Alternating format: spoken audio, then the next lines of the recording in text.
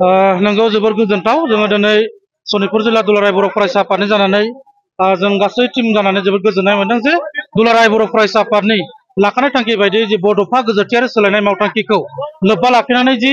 13 बोसोर बैसो सिंनि हौवासा आरो हिन्जावसाफोरनि जोलुर बादायलायनायनि गेजेरजों जोंनि बर' गामिफोरनि जोंनि बर' लाइमोनफोरखौ मोनसे जौगाखांनाय आरो गाव जे बल गेलेनानै एबा जोलुर गेलेनायनि गेजेरजों जिउ राहा दानो हायो एबा गोजौ फारसे थांनाय गावनि जिउनि मोनसे लामाखौ नागिरनानै लानो हानाय मोनसे जि सुबिदा बेखौ जों दुलाराय बर' फरायसा आफाद सनितपुर जिल्लाया दिनै जोंनि जिल्लानि सिङाव थानाय मोन 10 दख'रानि गेजेराव थांनाय 17 आगस्टनिफ्राय जागायनानै राङापारा दख'रा दुलाराय बर' फरायसा आफादनि सायाव जोङो जागायदोंमोन आरो बेयो लिग सिस्टेमाव फैयै फैयै दिनै फाइनाल गेलेनायखौ जोङो सार्टिकेल दख'रा दुलाराय बर' फरायसा आफादनि नैबे बाटासुर मिलन गोजौ फरायसालिनि गेलेग्रा फोथाराव दिनै जोबथा बादायलायफैबाय आरो दिनै बे जोबथा बादायलायनायाव फारियै जोंहा गेलेगिरिफोर दङमोन सार्टिकेल दख'रा दुलाराय बर' फरायसा आफाद आरो बेलसि दख'रा दुलाराय बर' फरायसा आफादनि गेजेराव आरो हिन्जावसाफोरनि जानानै घुग्राजुलि दख'रा दुलाराय बर' फरायसा आफाद आरो सार्टिकेल दख'रा दुलाराय बर' फरायसा आफादनि गेजेराव दा थारैनो गोजोननाय मोनदों दिनैनि नैबे फाइनाल गेलेनायनि गेजेरजों बेलसि दख'रा दुलाराय बर' फरायसा आफाद हौवासाफोरा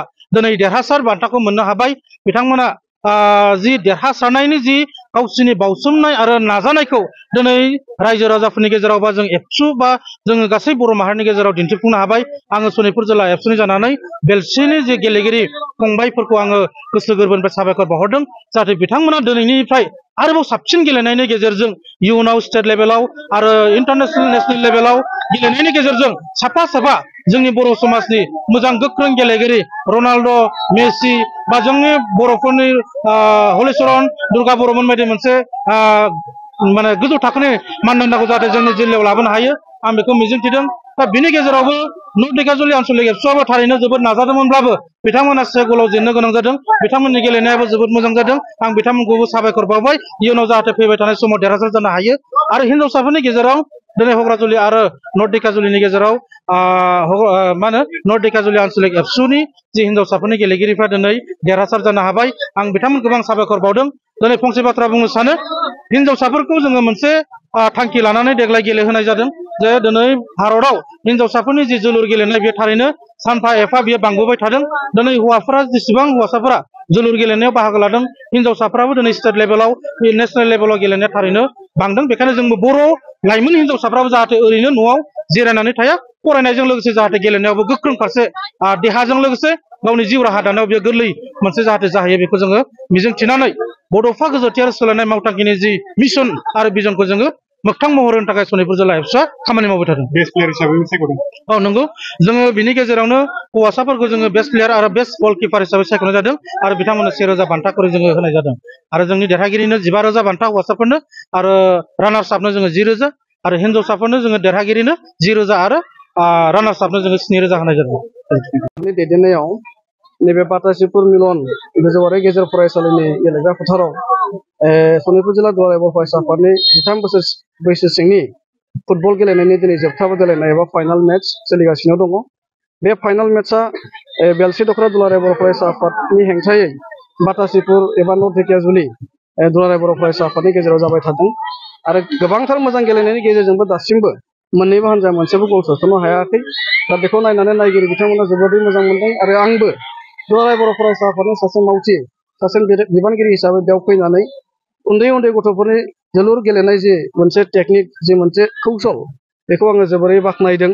आरो आसा खालामदों फैबाय थानाय समाव बे ओनसोलनिफ्रायबो एबा सनितपुर जिल्लानि खना गफायाव गोग्लैसोना थानाय बै गामिनिफ्रायबो मोजां सासे गेलेगिरि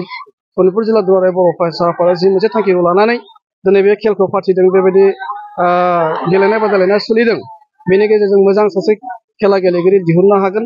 आरो बे दिहुननायजों लोगोसेनो दुलाराय बर' फरायसा आफादनि जि थांखि उन्दै उन्दै गथ'फोरखौ जोङो गाज्रि माखासे थासारिनिफ्राय जोङो एसे साइडआव लाखिनो थाखाय बे उन्दै उन्दै समावनो जोंनि उन्दै उन्दै बैसोनि बै हौवासा आरो हिन्जावसा बै गथ'फोरा बांसिनै गाज्रि बेसाद जानाय सोबनाय लोंनाय बै हुदाफोरखौ खालामो आरो बै हुदाफोरखौ खालामनायजों लोगोसे बिथांमोननि फरायनाया गाज्रि जायो बिथांमोननि थासारिया मोजां जाया आरो उन्दै समनिफ्रायनो गावनि जिउखौ मोजाङै दानोब्ला जोङो मोनफ्रोम बिथिङाव गोसो होनानै खामानि मावनांगौ दङ दा बेखायनो बे उन्दै उन्दै गथ'फोरा खेला गेलेनायनि गेजेरजों जाहाथे बैबायदि गाज्रि खामानिफोरनिफ्राय गोजानाव थानो हायो जानगाराव जों लाखिनो हायो बेनि थाखाय दुलाराय बर' फरायसा आफादा गथ'फोरखौ लानानै खेला गेलेनायखौ जोङो जागायजेनदों आरो आसा खालामदों जों फैबाय थानाय समाव बर' माहारिनि गेजेराव मोजां गेलेगिरि फैनानै जों भारत बायदि राष्ट्रनि सासे गेलेगिरि खालामनो हायो इन्टारनेशनेल लेभेलाव सासे गेलेगिरि जोङो दिहुननो हायो बेबायदि मोनसे गिदिरथार थांखिजों दुलाराय बर' फरायसा आफादा बोसोरब्रैनि सिगांनिफ्रायनो बैबायदि खेलाखौ फाथिनो आखायाव लाबोदों आरो दिनैसिम फाथिगासिनो दङ आरो इयुनावबो फाथिलांबाय थागोन बेसेबांसो जाफुंसार दुलाराय बर' फरायसा आफादनि